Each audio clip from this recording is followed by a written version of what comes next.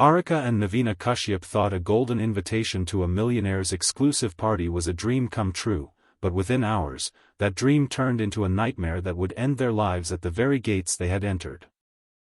Aarika and Navina Kashyap lived in a quiet Pune neighborhood, where life followed the same simple rhythm every day. Aarika worked as a graphic assistant, while Navina balanced college classes with part-time work at a boutique. Nothing in their routine suggested that anything extraordinary was coming their way. Yet one morning, a gold-foiled envelope slid under their door, shattered that normalcy. The envelope carried no stamp or courier mark, only their names written in elegant calligraphy, almost too perfect to be real. Inside, they found an invitation stating they had been selected as special guests for an exclusive celebration hosted by Darius Verma, a millionaire known for hosting mysterious, high-profile gatherings. The sisters tried to make sense of the invitation. They had never met Darius, never stepped into elite circles, and had no link to the luxurious world he inhabited. Their small apartment, cluttered with books, fabric samples, and daily reminders of a modest life, made the invitation feel like a misplaced artifact. Aarika wondered whether it was a marketing stunt. Navina considered the possibility that someone they knew had submitted their names. But the more they examined the envelope, the clearer it became that this was no random selection. The attention to detail, the weight of the paper, and the embossed seal suggested intention and precision. Curiosity slowly began to overshadow caution. The invitation promised an evening of prestige, limited entry, and a setting that most people could only dream about.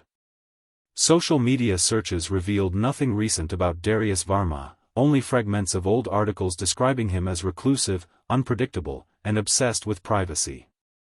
The mystery surrounding him made the sisters feel both nervous and intrigued. They debated endlessly, but in the end, the strangeness of being chosen felt too compelling to ignore. Without realizing it, they were stepping towards something far more dangerous than an extravagant party.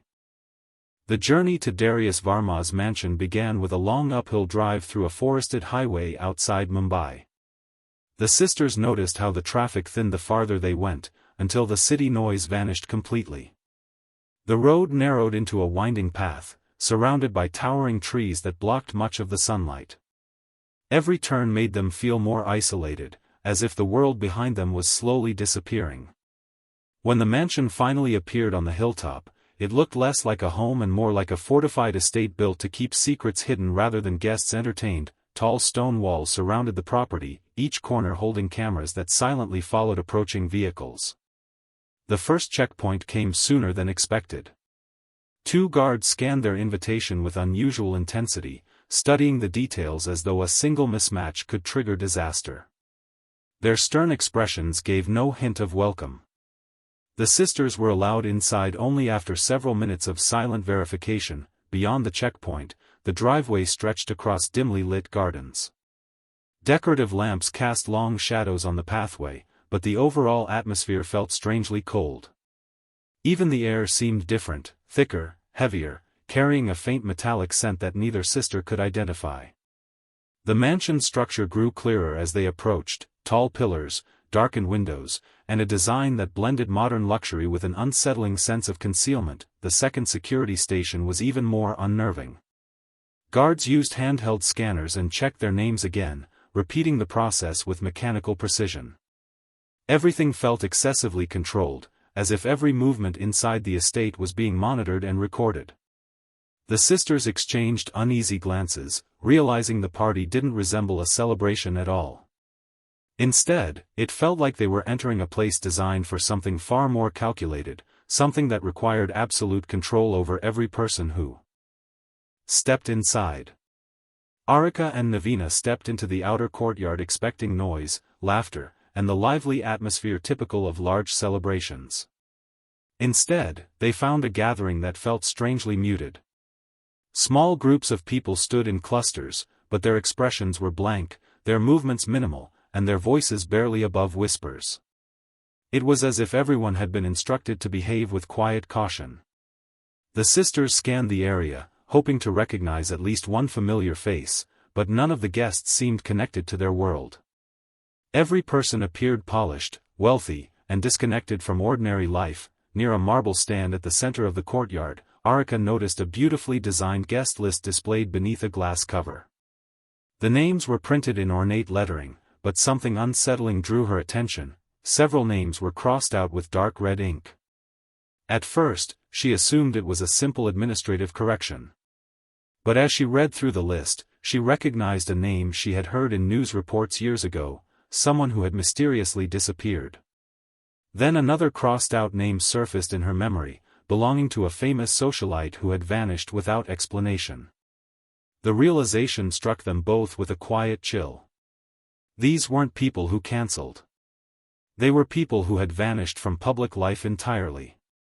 Some guests glanced at the list with uneasy familiarity, as though they already knew the significance of each crossed-out name but chose to ignore it.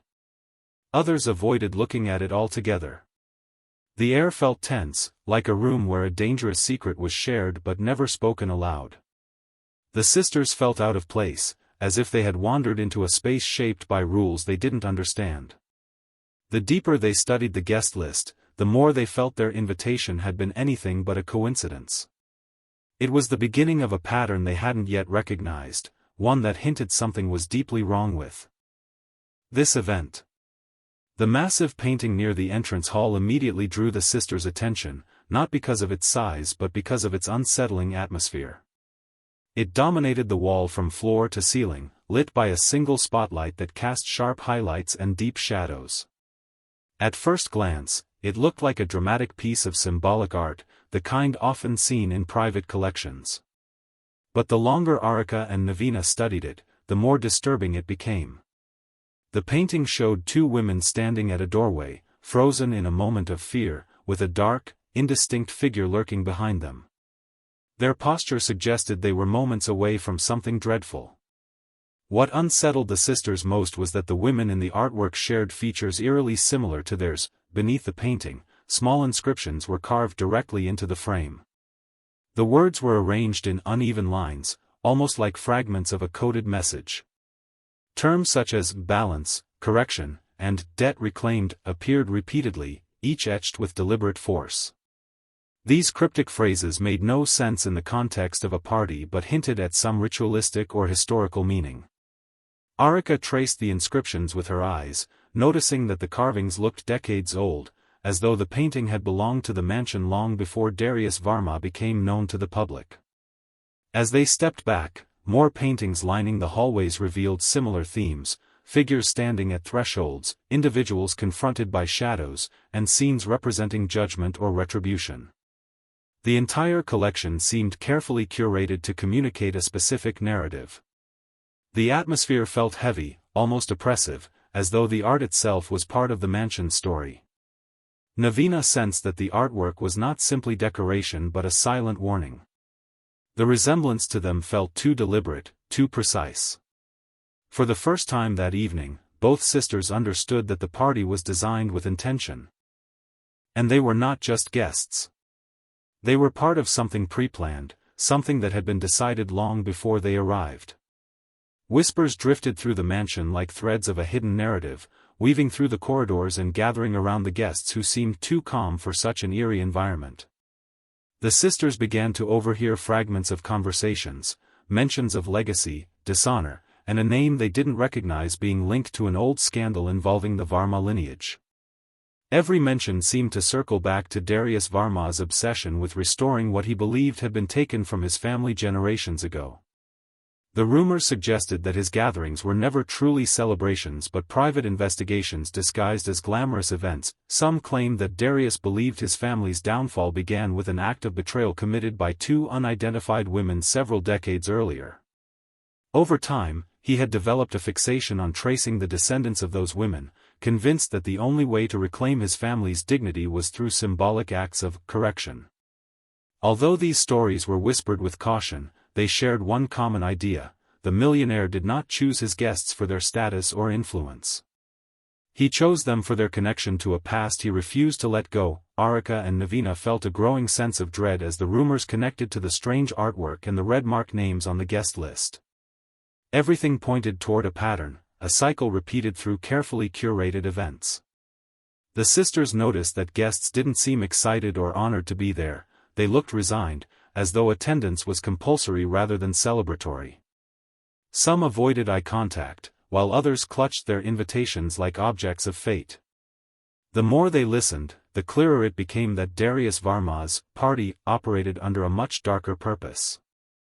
The sisters started to question whether they had been chosen because of who they were, or because of what their bloodline might represent.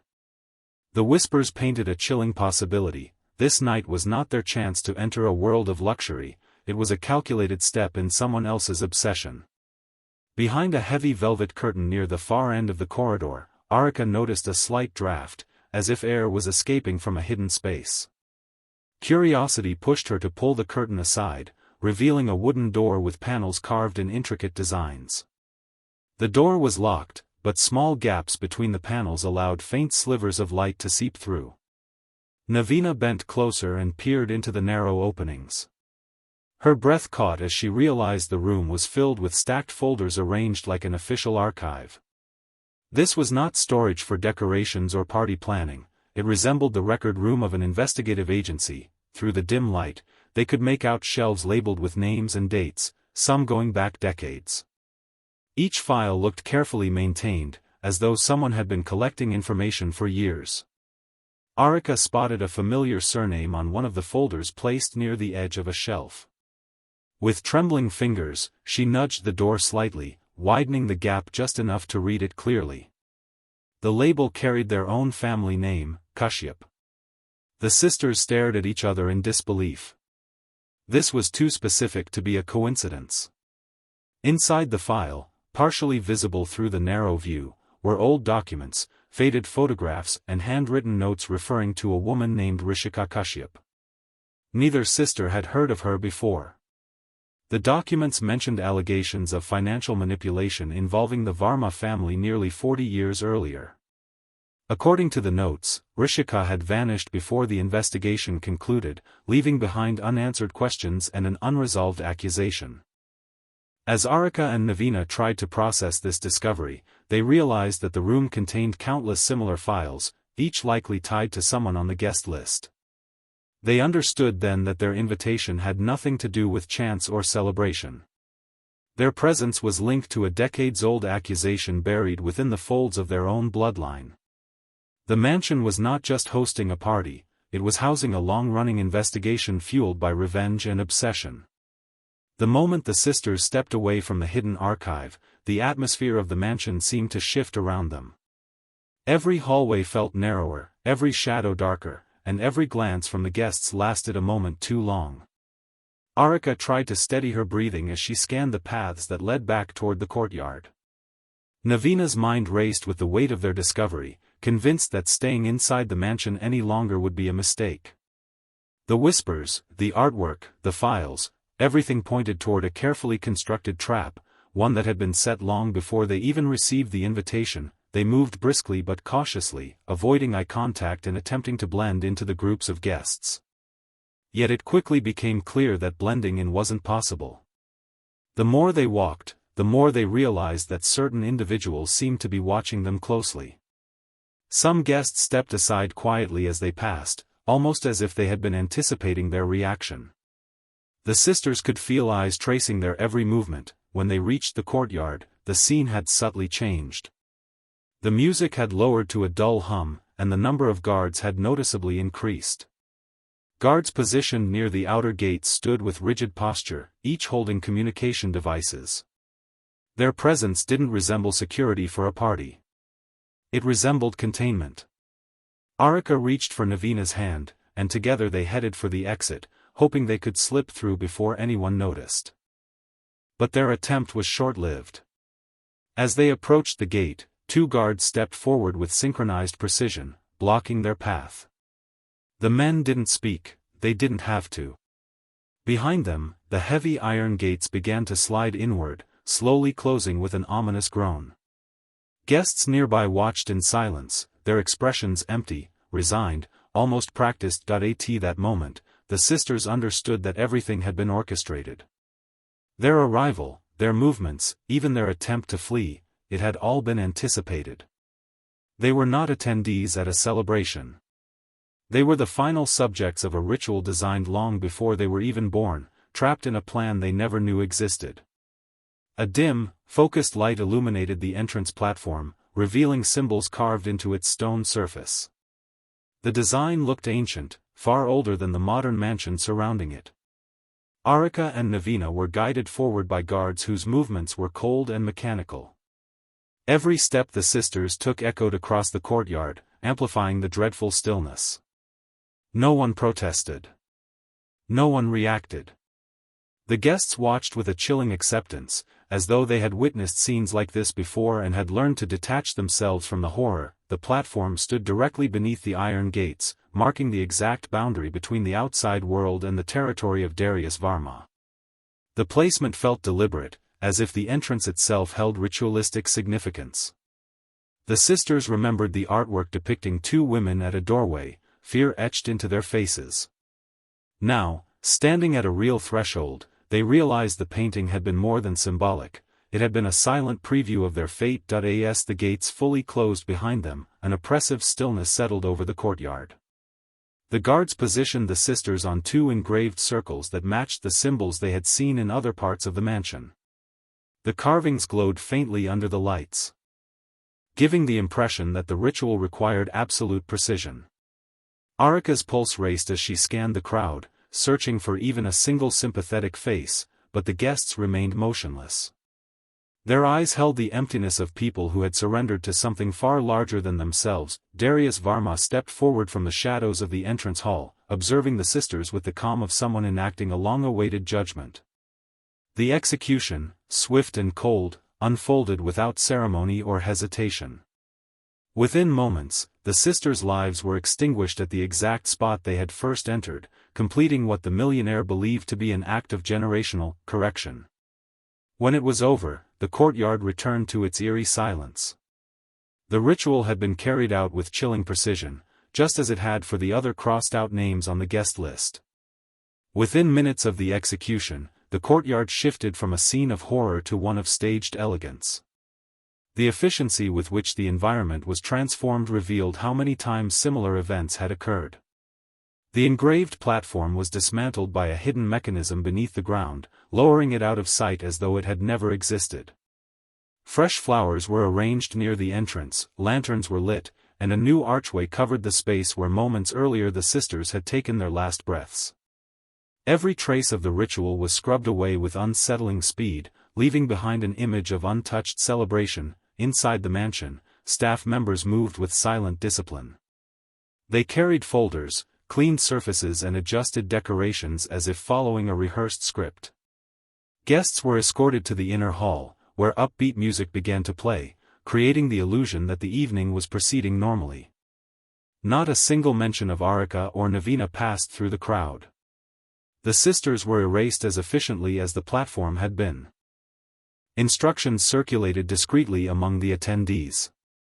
They were told the two sisters had never reached the mansion and that any questions about them should be dismissed as confusion. Anyone who dared to break the silence would face consequences from a network far larger than Darius Verma alone. Political connections, financial influence, and a circle of powerful allies ensured that the official record could be manipulated with ease. By the following morning, a carefully crafted narrative was already in place. The invitations were reissued without the sisters' names, and their original letters were destroyed. No record of their arrival existed within the mansion's system. When their disappearance was reported by concerned neighbors, authorities received vague statements and misleading details that led nowhere. The world beyond the mansion remained unaware of the truth. Behind its stone walls, another chapter of Darius Verma's secret ritual had been completed and seamlessly hidden beneath the appearance of luxury and celebration. Weeks passed after the sisters' disappearance, and the official story remained unchanged. Aarika and Navina Kashyap had never arrived at the mansion. Most people accepted this version, assuming it was a simple administrative error or a case of overblown imagination. Yet far from the polished public narrative, a few observant individuals noticed subtle clues that something far darker had occurred. One morning, a forest worker walking along the edge of the mansion's property discovered a small metal plate half buried in the dirt. The plate bore the Kashyap name etched in the same precise, deliberate style as the files found in the mansion. Its presence was inexplicable and impossible to ignore. The discovery sparked the interest of Ishan Rail, a journalist known for his relentless pursuit of hidden truths. Unlike the authorities, he refused to accept the official narrative at face value. Rail began investigating the mansion, interviewing neighbors, former staff, and anyone who had even the faintest connection to Darius Verma's secretive world. Pieces of information started to emerge, whispers of the rituals, strange disappearances, and the guests who had attended previous events but never spoken of them afterward. Each clue suggested a pattern of calculated planning, a network of influence and control that had kept the mansion's activities hidden for decades. As Rail dug deeper, the chilling reality became clear: the sisters' fate was part of a long-running tradition, one in which Darius Verma believed he was correcting a historical injustice tied to his family. The evidence painted a picture of premeditation, obsession, and cold-blooded execution. The story ended not with closure, but with a warning. The guest list of Darius Verma's parties was far from complete, and the mansion's shadow stretched over lives yet untouched. For those who remained unaware, the danger lingered quietly, waiting for the next invitation to arrive at an unsuspecting doorstep. The truth threatened to surface, proving that the facade of celebration was merely a mask for something far more sinister.